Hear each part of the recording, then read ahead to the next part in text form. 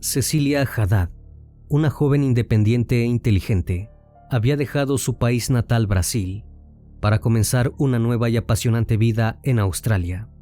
Allí no solo consiguió un trabajo estable y nuevos amigos, sino también una relación que haría trizas todos sus sueños. En abril de 2018, Cecilia asistió a una reunión con amigos antes de regresar a su casa en Ryde, al norte de Sydney. Se despidió de ellos prometiendo contactarse pronto. Ninguno sabía que esa sería la última vez que la verían con vida. Días después, el cuerpo de la joven brasileña sería encontrado flotando boca abajo en las aguas poco profundas del río Lane Cove. Buenas noches, bienvenidos al Criminalista Nocturno.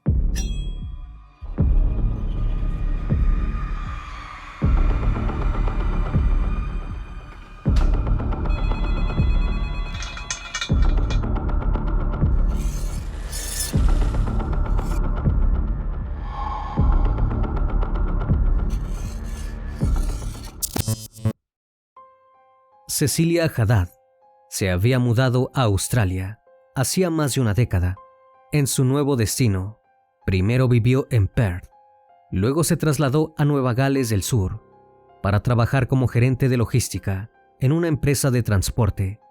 Finalmente, en 2016, se estableció en Sydney, donde continuó con su carrera trabajando para una empresa de minería y logística en Australia Occidental. Cecilia era una joven feliz y trabajadora, a la que le encantaba el ballet y el buceo. Como ejecutiva corporativa exitosa, tenía un gran futuro por delante, aunque había caído en una relación emocionalmente abusiva. La joven brasileña no había viajado sola a Australia, sino con un amigo al que conocía desde hacía 10 años, y con quien había ido a la universidad en Brasil. Lo que al principio era solo una amistad, poco a poco se convirtió en un romance. Ella estaba perdidamente enamorada del brasileño, Marcelo Santoro, pero lo que al principio fue un noviazgo lleno de amor y cariño, con el tiempo se convirtió en un infierno para Cecilia. No pudo soportar más las escenas de celos y el comportamiento posesivo de su pareja, por lo que a principios del año 2017 decidió terminar con la relación de una vez por todas, pero el sujeto no aceptaría la ruptura de ninguna manera. Si bien llevaban varios meses separados, seguían compartiendo el mismo techo, pero la convivencia se había vuelto insoportable y Cecilia comenzó a temerle. Le pidió a su expareja que abandonara la casa, pero desafortunadamente él se negó y empezó a amenazarla para que regresaran juntos. Incluso llegó al extremo de acosarla en público. Carol Cámara y Rita Maciel, amigas de Cecilia, no tardaron en enterarse de que Santoro la estaba acechando, y temiendo lo peor, le rogaron que acudiera a la policía, pero ella no se animaba. Sus amigas estaban muy preocupadas, aunque no querían presionarla a denunciar. Cecilia les había confesado que una vez su expareja había entrado por la fuerza en su apartamento. La joven corrió al dormitorio, agarró todos los muebles que pudo y se atrincheró en el cuarto. Desde su escondite, le gritaba que se fuera, pero él golpeaba con más y más fuerza la puerta, mientras le pedía que saliera para supuestamente poder hablar con ella. Unos 10 días antes de su trágico final, la joven le había advertido a su expareja que si no abandonaba el apartamento, llamaría a la policía. Como el hombre no mostraba intención de colaborar, Cecilia decidió dejar su hogar para alojarse con sus amigas en Perth, a casi unos 4.000 kilómetros de distancia de su domicilio. Allí, Cecilia se sintió más segura, a pesar de las súplicas de sus amigos para que lo denunciara a la policía. Ella insistió en que Santoro nunca la lastimaría. Además, como él era ciudadano brasileño, no quería que lo deportaran. A pesar de todo, no quería que él tuviera antecedentes, solo que se fuera de su casa. Pero su buen corazón la llevó a un trágico final. Santoro no era una buena persona y era capaz de hacerle mucho daño a su expareja. Luego de varios días alejada de su hogar, finalmente Cecilia se sintió lo suficientemente segura como para regresar. Había descubierto que Santoro tenía reservado un vuelo de regreso a Brasil. Sabiendo que su expareja estaría a miles de kilómetros de distancia y no podía hacerle daño, regresó a su apartamento temprano, en la mañana del 28 de abril de 2018. Para su horror, el hombre no se había ido y golpeó la puerta insistiendo para entrar. Asustada, Cecilia se negó, sin saber que Santoro tenía una copia de la llave. Después de esperar unas horas caminando alrededor de su bloque de apartamentos, Santoro utilizó la llave para entrar y poner fin a la vida de Cecilia. Sus amigos sintieron que algo malo estaba sucediendo cuando Cecilia dejó de contestar sus mensajes. El fin de semana tenían varios planes juntos, pero Cecilia nunca se presentó. También tenía una reunión programada con un cliente discapacitado al que cuidaba, pero nunca llegó a la cita. Temiendo lo peor, sus amigos reportaron su desaparición a las autoridades australianas. Sin perder tiempo, los amigos de Cecilia informaron a su familia en Brasil sobre lo que estaba ocurriendo. Cuando João Haddad, hermano de la joven, se enteró de su desaparición, llamó a la madre de Santoro, quien afirmó que su hijo no estaba en Brasil. No obstante, apenas 5 minutos después, Santoro llamó a su excuñado para confirmar que efectivamente estaba en Brasil. Algo no cerraba. Después de este extraño intercambio, el hermano recibió otra llamada telefónica de la madre de Santoro, quien afirmó que el chico sí estaba en Brasil y que estaba tomando medicamentos. En ese instante, el hombre sintió un escalofrío al escuchar la voz de Santoro de fondo, diciéndole qué decir a su madre.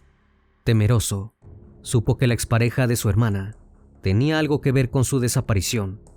Lamentablemente, nada pudieron hacer para hallar con vida a la joven. Días después de su desaparición, el cuerpo de Cecilia Haddad, de 38 años, fue encontrado por remeros en el río Laincov, a 8 kilómetros de su departamento. Al principio, la policía dijo que el deceso de la empresaria brasileña no era sospechoso, que había sido un trágico accidente. Sin embargo, días después, tras el descubrimiento de su automóvil Fiat rojo abandonado en la estación de tren West Ryde, a unos 11 kilómetros de donde fue hallada, se inició una investigación por asesinato. Alguien había usado su coche para huir, y todos tenían en la mira a una sola persona, capaz de hacerle daño. Las autoridades revelaron un descubrimiento espeluznante. Alguien había cargado el cuerpo de Cecilia con pesas de gimnasio en los bolsillos de sus pantalones para que se hundiera en las profundidades del lago, en un intento por hacerla desaparecer para siempre. Cuando los amigos de la joven asesinada se enteraron de la desgarradora noticia, quedaron conmocionados y devastados, pero también se sintieron increíblemente culpables. Sus amigas lamentaron no haber denunciado a Santoro a la policía ellas mismas. El fallecimiento de Cecilia devastó por completo a todos. De acuerdo con los miles de mensajes revisados por la policía australiana y las declaraciones de amigos y familiares, Cecilia había terminado su relación con Santoro, pero él se negaba a aceptarlo.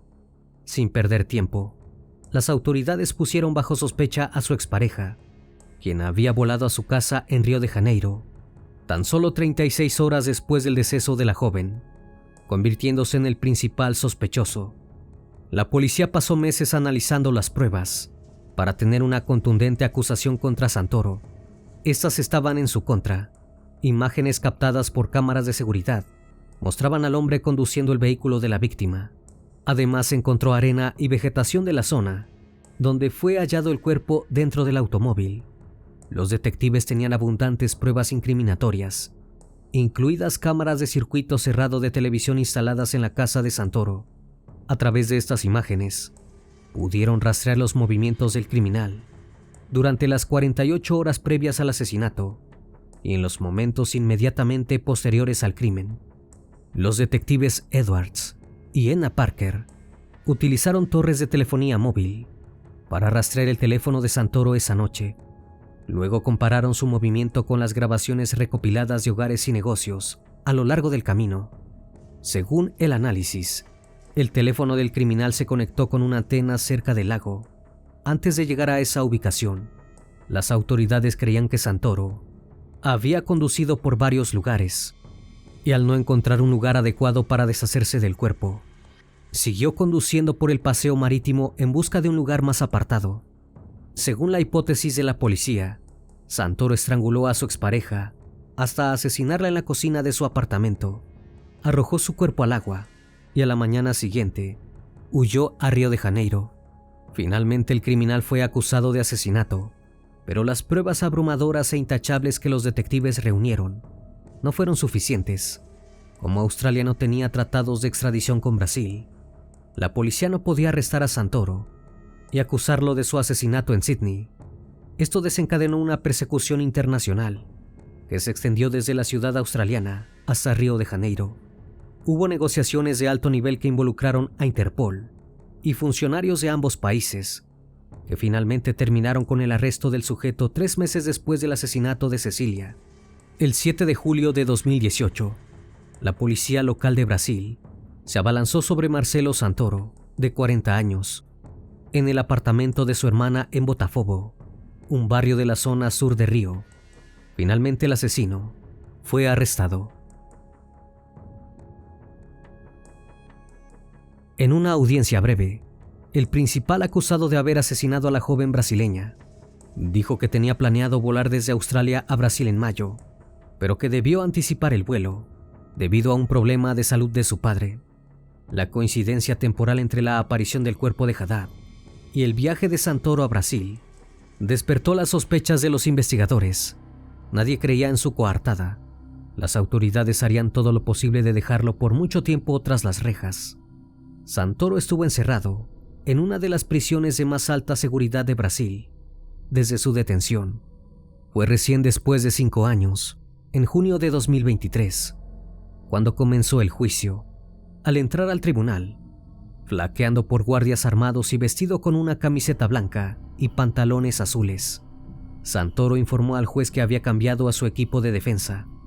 Los fiscales y el pequeño equipo de detectives, que habían volado 14.000 kilómetros desde Sydney hasta Río de Janeiro para presentar pruebas, quedaron atónitos ante la inesperada revelación. El cambio de equipo del acusado provocó que el juicio se suspendiera durante varios meses. Luego de la espera, el juicio finalmente comenzó. Por primera vez desde que fue arrestado y acusado de haber asesinado a su expareja, el brasileño habló ante la justicia e insistió en que su regreso a Río de Janeiro estaba planeado con anterioridad. Mauricio Mer, el nuevo abogado de Santoro, dijo que su defendido había vuelto a Brasil porque su padre iba a hacerse una cirugía en el corazón. Algunos videos de las cámaras de seguridad mostrados a los jurados confirmaron que Santoro estaba en el apartamento de su víctima el día de los hechos. Según la reconstrucción, el 29 de abril, el sujeto llamó a una aplicación de autos en una estación del suburbio. El chofer confirmó esto y dio información sobre la ruta, que incluyó una parada en una gasolinera. En esa estación, una cámara captó a Santoro retirando dinero del cajero automático. El banco confirmó que la operación se realizó.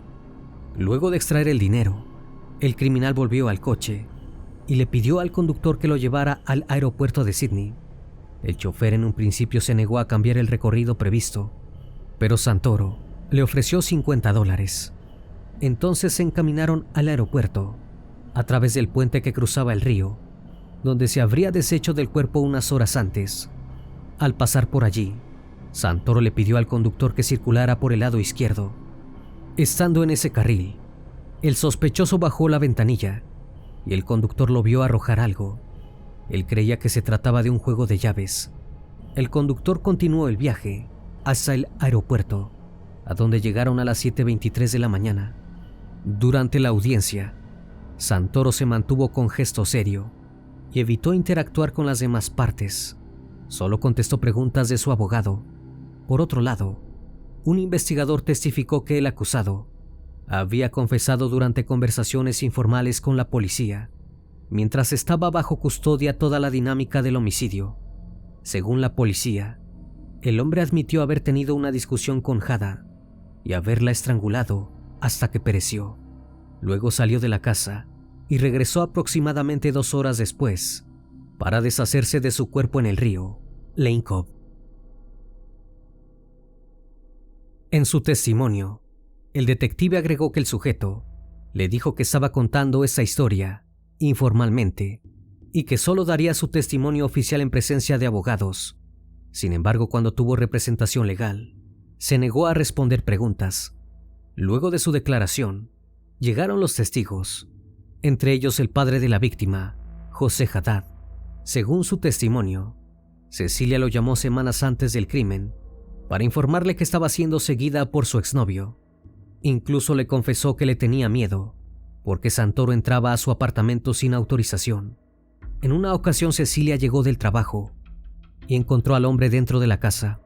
Ella le pidió que le devolviera las llaves, pero él se negó a hacerlo. El padre de la víctima también relató que habló por teléfono con Cecilia el día antes del asesinato, después de que ella hubiera estado fuera de su casa durante algunos días. Temiendo que Santoro estuviera presente, mantuvo a su padre en línea mientras abría la puerta. Al no encontrarlo dentro del departamento, cortó la llamada. Luego testificó la madrastra de Cecilia Haddad, Andrea Haddad, quien dijo que la joven llevaba mucho tiempo sufriendo violencia psicológica y que recordaba que la llamó llorando incontrolablemente, diciendo: «Ya no puedo vivir así». El hermano de la víctima, Joao Haddad, brindó el último testimonio y describió a Santoro como amenazante y afirmó que su hermana vivía con miedo de lo que podía llegar a hacer. El criminal la vigilaba constantemente y a menudo le quitaba el teléfono y la computadora. También dijo que su hermana había bloqueado a Santoro de todas las redes y solo intercambiaba correos electrónicos con él. Ella comenzó a escribirle únicamente en inglés, a propósito, para dejar evidencia que las autoridades australianas pudieran entender rápidamente. En su testimonio, relató que le preguntó varias veces a su hermana por qué no lo obligaba a irse o llamar a la policía, a lo que ella respondió que tenía miedo de las represalias y que también se sentía mal porque Santoro estaba desempleado en ese momento.